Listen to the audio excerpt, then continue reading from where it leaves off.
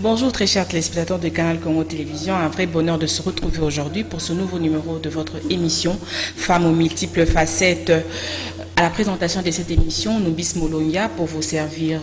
Nous sommes aujourd'hui avec notre invitée permanente de cette émission Femmes aux multiples facettes, qui est Maman Marie-Josée Bounsana, qui est présidente de cartel de femmes politiques leaders, avec elle qu'on va échanger aujourd'hui. Bonjour Maman Marie-Josée Bounsana. Bonjour Molongia, merci de m'avoir encore une fois invitée. Je profite de l'occasion pour saluer toutes les femmes leaders, membres du cartel des femmes politiques leaders, et également les femmes du mouvement de libération du Congo, mon cher parti. Et je salue également l'équipe de CCTV qui nous invite tout le temps à venir participer à cette émission, et les téléspectateurs qui nous encouragent, qui nous suivent. Bonjour à eux et bon week-end.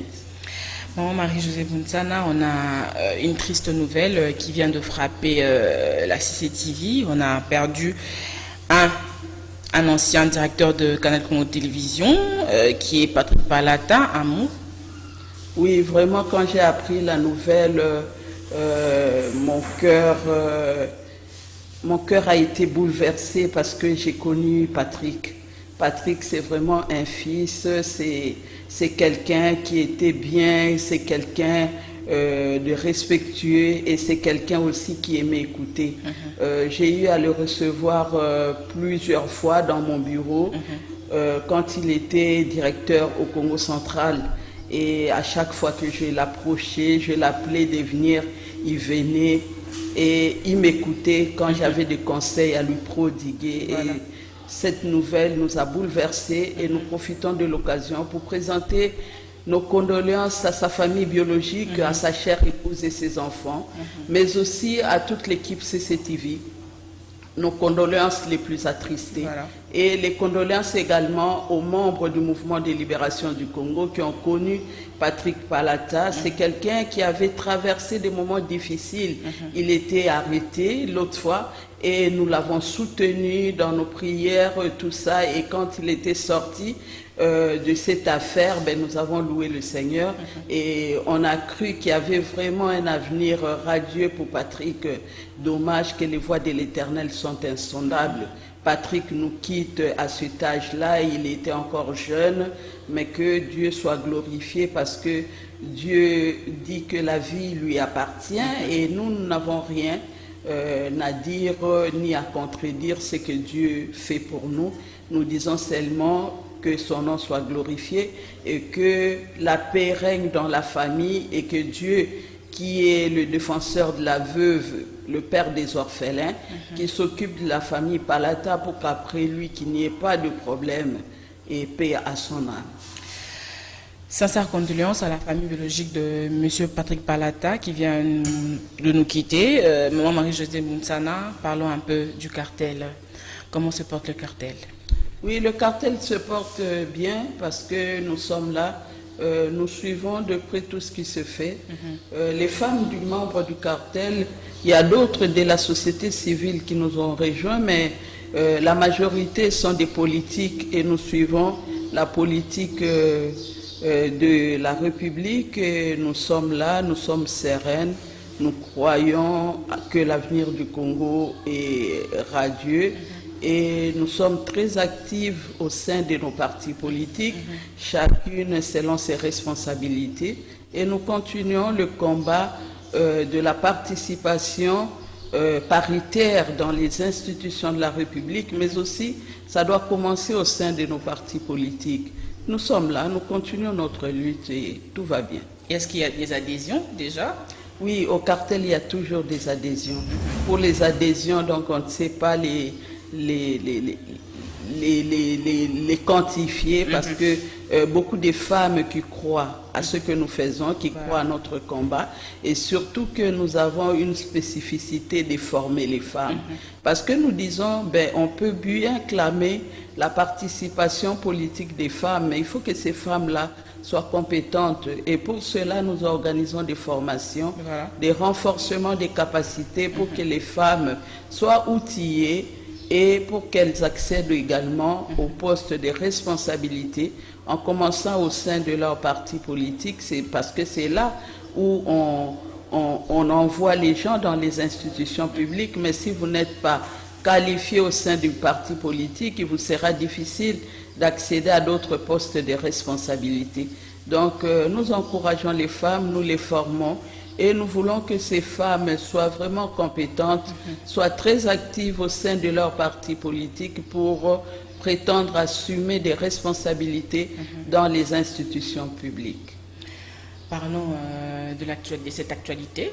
Nous avons vu la marche aujourd'hui, Martin Fayoulou, qui s'était déjà exprimé à la population en demandant la suppression de RAM, le rejet de l'état des sièges, la dépolitisation,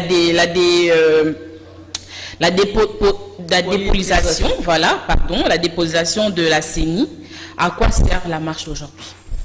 Ben, la marche, c'est une expression des opposants. Martin Fayoulou, c'est un opposant, donc on ne peut pas lui empêcher de s'exprimer. La marche, c'est une des expressions, parce qu'il y en a plusieurs, mais eux, ils ont choisi de marcher, ben, libre à eux. Et la loi reconnaît ces revendications, la loi reconnaît ce droit des opposants de revendiquer aussi s'il y a des choses qui ne vont pas selon leur entendement. Donc, ils ont le droit de revendiquer et ils ont choisi de marcher. Ben, ils font leur travail. Nous, on n'a rien à dire parce que nous ne sommes pas de l'opposition, nous sommes au pouvoir. Mais nous concédons à ce qu'ils ont fait. Ben, c'est leur travail, le travail des opposants, des marchés. Nous aussi, quand on était à l'opposition, on marchait. Mais malheureusement, quand nous on marchait, il y avait après des morts. Mais eux, ils ont marché, on n'a pas appris qu'il y avait des morts. Donc, nous félicitons les forces armées qui font très bien leur travail, qui le font d'une manière professionnelle. Et ben, si les opposants peuvent s'exprimer, ben, on leur laisse s'exprimer. Parlons du RAM. Votre analyse sur ce dossier RAM? Oui, le dossier RAM, c'est vraiment un dossier qui dérange tout le monde.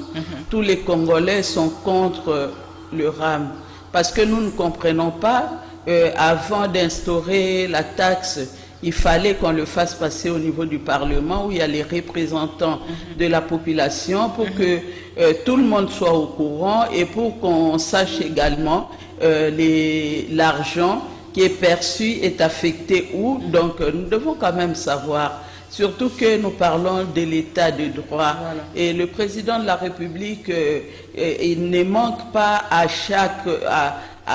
chacun de ses discours dire que lui vraiment il se bat pour l'instauration d'un état de droit. Et l'état de droit n'est pas seulement contrôler, arrêter, mais l'état de droit aussi, c'est question d'avoir les avis aussi de la population. Parce que si cette population n'est pas là, les autorités ne seront pas là. Les autorités travaillent pour le bien de cette population. Mais la population, quand on lui ponctionne ses unités, elle doit quand même savoir pourquoi on les fait, pour quel intérêt. Parce qu'après, il faut que la population sente également que réellement ce qui s'est fait, c'est dans mon intérêt et qu'il y a des aspects de ma vie qui ont pu être changés et à ce moment-là, tout le monde sera apaisé. Mais là, nous ne savons pas pourquoi on nous ponctionne nos peu. La population qui d'ailleurs souffre, et pour s'acheter ces 100 unités, s'acheter ces quelques unités pour communiquer avec les amis, avec les membres de sa famille. Des fois, on achète comme ça, après on vous dit vous n'avez plus rien, et des fois on vous bloque parce que vous n'avez pas payé la taxe. Là, c'est quand même une autre forme de dictature. On ne pouvait pas faire ainsi. Dans un état de droit, les choses ne doivent pas se faire unilatéralement. On doit quand même informer cette population-là et lui démontrer le bien fondé de la taxe et pour que toute la population adhère à cela. Quand les gens adhèrent à quelque chose, la chose va bien marcher et cela sera avantageux aussi pour tout le monde. Quand nous parlons de la justice pas seulement pour ceux-là qui pillent l'argent de l'État, la justice aussi doit être dans la distribution de nos ressources. C'est là aussi la justice distributive et l'état de droit aussi. Mais quand on fait des choses où la population se réveille le lendemain, et il remarque qu'il n'a plus ces unités, et quand cette population réclame, ça devient une imposition. Moi, je crois que c'est pas bien. Donc, ils doivent essayer de revoir un peu la mesure là qui a permis à ce qu'on puisse mettre en place un système que les gens ne maîtrisent pas et que les gens ne comprennent pas, et un système qui nuit aux populations qui ont déjà beaucoup de problèmes comme ça, et leur ajouter d'autres problèmes, moi je crois c'est pas correct. C'est vraiment pas correct. Nous sommes là parce qu'on s'est dit nous voulons changer des choses. On a décrié la gouvernance passée et on croyait qu'avec cette gouvernance, il y aura des améliorations, il y aura des innovations dans le bien de tous, dans le bien de la population.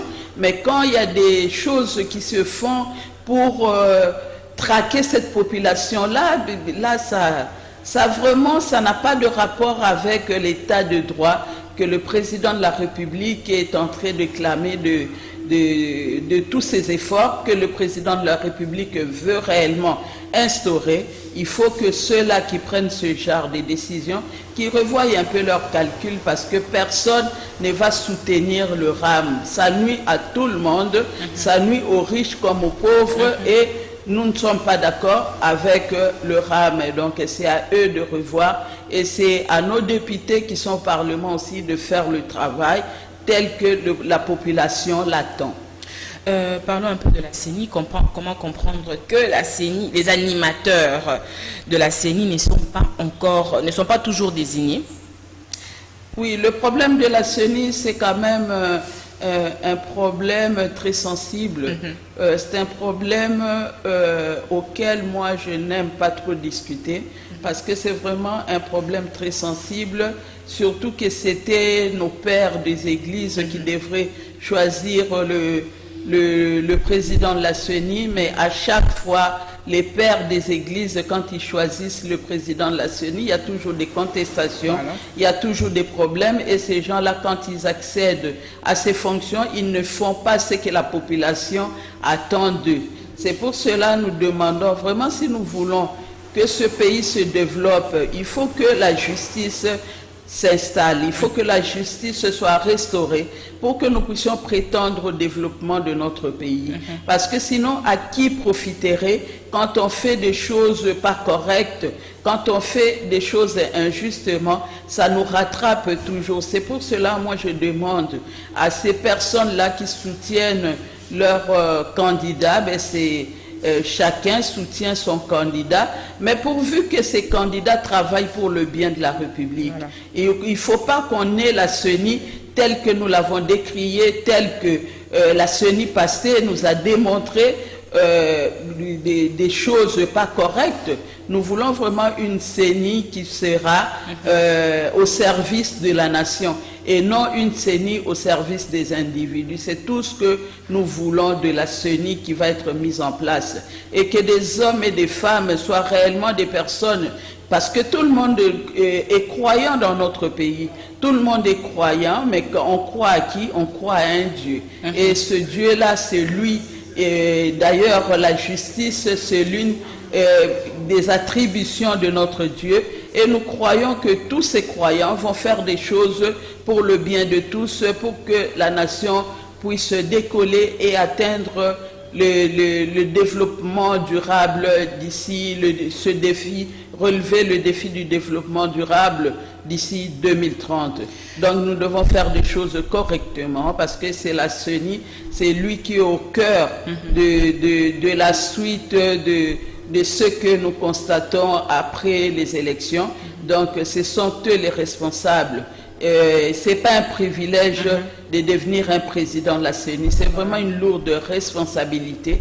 Donc la personne qui aspire à cette fonction doit vraiment se poser des questions. Est-ce que je suis en mesure de faire ce que la République attend de moi, ou bien j'y vais là-bas pour faire ce que les autres me dictent, ou bien seulement pour que j'ai de l'argent? Et tout cela doit interpeller les personnes qui seront envoyées à la CENI. Mais nous voulons une CENI crédible, une CENI impartiale, une CENI qui travaillera pour les biens des fils et filles congolais, et non une CENI qui va faire la politique pour exclure les autres candidats parce qu'on veut privilégier son candidat, mais nous voulons une CENI qui va travailler dans l'intérêt de tous. C'est ce que nous leur demandons, et demandons aux pères des églises d'essayer un peu de voir ce qu'ils sont en train de faire. Est-ce qu'il y a la part de la population ou bien seulement ce sont des intérêts des uns et des autres, mais sinon nous encourageons pourvu que le peuple gagne. Nous voulons dans tout ce qui se fait, parce que tout se fait au nom du peuple, et nous voulons que ce peuple-là soit réellement gagnant dans ce qui se fait en son nom. Est-ce que ce retard n'entravera pas le bon fonctionnement dans le respect de cycle électoral? Oui, moi je ne crois pas. Je ne crois pas parce que j'ai une fois entendu l'ancien président nous dire qu'il y avait tous les outils pour pouvoir organiser les élections. Peut-être on va ajouter ou soit réparer d'autres qui sont pas en bon état, mais sinon nous avons tout ce qu'il nous faut pour organiser de bonnes élections.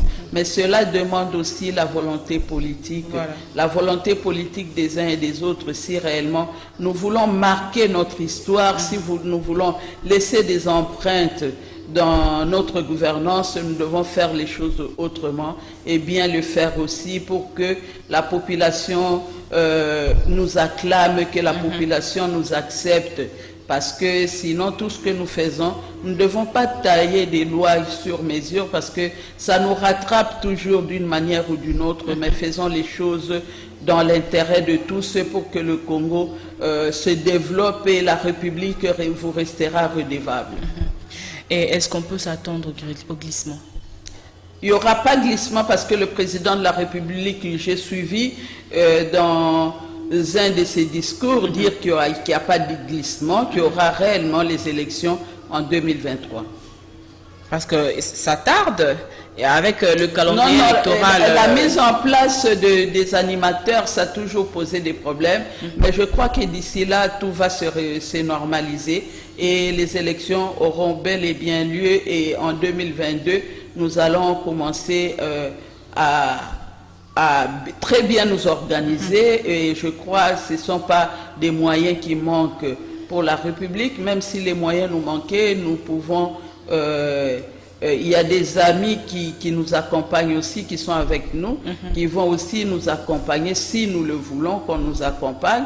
Mais sinon, notre pays a beaucoup d'argent, ce n'est pas l'argent qui nous manque, c'est seulement l'argent fait défaut, parce que quand l'argent n'est pas affecté là où il devrait être affecté, c'est là où ça pose problème. Voilà. Mais moi, je crois que nous sommes tous conscients qu'il faut que nous ayons des bonnes élections en 2023 et le glissement ne profitera à personne. Le président l'a dit, il y aura des élections et nous croyons à sa parole parce que la parole du président a force de la loi et nous croyons à cette parole et nous croyons qu'il y aura réellement des élections libres, crédibles et apaisées avec des bons animateurs, de bonnes personnes à la tête de la CENI. Parlons du FCC. Le FCC conteste le travail de commission paritaire, majorité, opposition. Quelles sont vos réactions? Malheureusement, les amis du FCC n'ont pas de leçons à nous donner. Malheureusement. Le FCC, je crois, le peuple congolais a un mauvais souvenir de la composante FCC. C'est vraiment regrettable, mais nous leur disons qu'ils n'ont pas de leçons à nous donner. Ce sont les conséquences de ce que eux, ils ont mis en place. Donc, ce sont les conséquences et personne ne peut se prévaloir de sa propre turpitude. Nous leur demandons d'observer seulement parce qu'à chaque fois qu'eux haussent le ton, ça énerve. Ça énerve la population, ça énerve les Congolais parce que eux, ils nous ont amenés là où nous sommes aujourd'hui et nous sommes entrés, le mal est tellement profond que maintenant nous sommes entrés de petit à petit d'essayer de nous en sortir, mais parce que eux, ils avaient mis des mauvaises bases. Quand le fondement n'est pas bon et le résultat, c'est pour quel résultat? Donc les amis du FCC, je leur demanderai peut-être, il manque l'occasion pour pouvoir observer et rester calme parce que je ne leur demande pas de se taire par respect que j'ai pour eux, mais je leur demande qu'ils n'ont pas des leçons à nous donner. Les amis du FCC n'ont vraiment pas des leçons à nous donner. Si nous tournons en rond, si nous connaissons tout ce que nous connaissons, ce n'est pas la faute du président Félix Tshisekedi qui a pris le pouvoir en 2019, mais c'est de leur faute parce que quand tout est fauché dès le départ, mais après il y a des conséquences. Et des conséquences peuvent être de longue durée comme de courte durée. Ça dépend de la gravité des faits commis. Et puis ça dépend aussi de là où on a plongé le pays. Donc le mal est tellement profond et nous leur demandons de rester calme, de voir seulement ce qui se fait, même à pas de tortue, mais nous sommes sûrs que nous en sortirons. Et la République gagnera. Et le peuple congolais, parce que le peuple gagne toujours et le peuple va gagner toujours. Le peuple gagne toujours. Parlons de la grève qu'il y a au secteur catholique. Il y a eu une grève des enseignants dans le secteur catholique. Quelles sont vos réactions? Oui, mais c'est normal que les gens revendiquent leurs droits. Vous savez, avant la gratuité de l'enseignement, les enseignants catholiques, c'était quand même des personnes qui avaient un bon salaire, par rapport à d'autres. Et après, il y a la gratuité de l'enseignement que nous avons tous salué parce que c'est la gratuité de l'enseignement, c'est déjà... c'est constitutionnel la gratuité. La gratuité est constitutionnelle, n'est pas l'invention du président de la République, c'est constitutionnel. Donc on a voulu seulement appliquer, respecter la Constitution. On a mis en place la gratuité, malheureusement, qui tâtonne encore, mais nous croyons que ça va aller, petit à petit ça va aller. Mais pour ceux qui avaient un très bon salaire, c'est retrouver maintenant à un salaire réduit, ça pose quand même problème, il faut les comprendre. C'est leur droit de revendiquer aussi, mais c'est au pouvoir de pouvoir les encadrer, de pouvoir dialoguer avec eux, parce que c'est leur droit. Personne ne voudra que son salaire soit réduit. Personne ne le voudra, surtout que le salaire ne suffit vraiment pas aux besoins des gens. Et le peu de salaire qu'on avait l'habitude pendant des décennies, le voir réduit au nom de la gratuité, c'est là où ça pose problème. Moi, je crois qu'ils revendiquent leurs droits, mais c'est au pouvoir public de les appeler, de les entendre, de pouvoir négocier avec eux, parce qu'on ne peut pas les imposer. On n'est pas dans un État dictatorial, nous sommes dans un État indépendant. Donc, les Congolais peuvent s'exprimer. La grève, c'est vrai, la grève affecte le bon déroulement des cours de l'année scolaire, mais il faut seulement négocier avec eux, voir comment trouver un terrain d'attente pour que dans tout ce que nous faisons, il n'y a pas, les hommes passent. Les hommes passent, les institutions restent. C'est seulement les hommes qui passent. Et même quand ces enseignants vont passer, mais il faut quand même qu'on mette des bons fondements pour qu'il n'y ait pas toujours des grèves à la rentrée scolaire. Il faut que le pouvoir, le ministre de tutelle puisse échanger très bien, négocier avec eux. Eh bien, ce sont des pères des familles, ce sont des Congolais, des personnes qui se sont déjà sacrifiées parce que en étant instituteur, en étant monitaire, c'est un sacrifice, mais s'ils se sont sacrifiés parce qu'ils veulent enseigner, ils veulent former cette jeunesse, moi je crois qu'il faut considérer leur travail et essayer de négocier avec eux, mais il y aura toujours intérêt d'entente. Maman Joseph Bounsana, pour vous, la démarche du ministre de l'EPSP vaut la peine pour la résolution de problèmes en désactivant les enseignants grévistes? Non, mais là, moi, je ne suis pas d'accord avec lui parce que là, c'est une dictature aussi. C'est une dictature, on ne peut pas désactiver les gens comme ça. Ils ont leur numéro matricule qui est reconnu, tout ça. La fonction publique le connaît. Ce n'est pas parce que vous êtes un ministre et que vous avez droit à un droit suprême sur les gens. Donc il fallait les écouter, essayer de négocier avec eux et ne pas leur priver leur salaire. Pourquoi? Pourquoi? Parce qu'ils doivent vivre, ils doivent faire vivre aussi leur famille. Et nous voyons, nous sommes là, nous décrions les enfants qui... Pourquoi il y a la gratuité de l'enseignement? Il y a la gratuité parce que le président de la République a voulu que tous les enfants à l'âge de scolarité aillent à l'école. Et maintenant, les parents là qui ont leurs enfants, aller à l'école, la gratuité ne veut pas dire que vous n'allez pas payer le bus. La gratuité ne veut pas dire qu'on va vous donner des uniformes, qu'on va tout vous acheter. La gratuité, il y a les frais scolaires qui sont gratuits, mais il y a des choses qu'il faudra acheter. Il y a des cahiers, l'enfant doit manger aussi pour aller à l'école. Il faut que l'enfant ait la force d'aller à l'école. Il faut les moyens de transport. Mais quand vous désactivez ses parents pour que leurs enfants deviennent des qui? Pour que les enfants, ils soient incapables de payer même le transport, d'acheter les uniformes de leurs enfants. Moi, je demande au ministre de revoir cette mesure parce que c'est vraiment une mesure injuste. Je dirais que c'est une mesure injuste. Donc là, c'est une mesure qui ne va pas apaiser les esprits. Au contraire, c'est une mesure qui va tisser des tensions. Et cela, c'est pas bien pour l'éducation, pour nos élèves qui ont droit à une bonne éducation et une éducation de qualité. Voilà. Il ne faut pas démoraliser les instituteurs comme ça, parce qu'en les désactivant, vous allez faire quoi? Vous allez prendre d'autres enseignants pour que d'autres enseignants viennent. Vous n'aurez jamais des enseignants qui ne revendiquent pas leurs droits.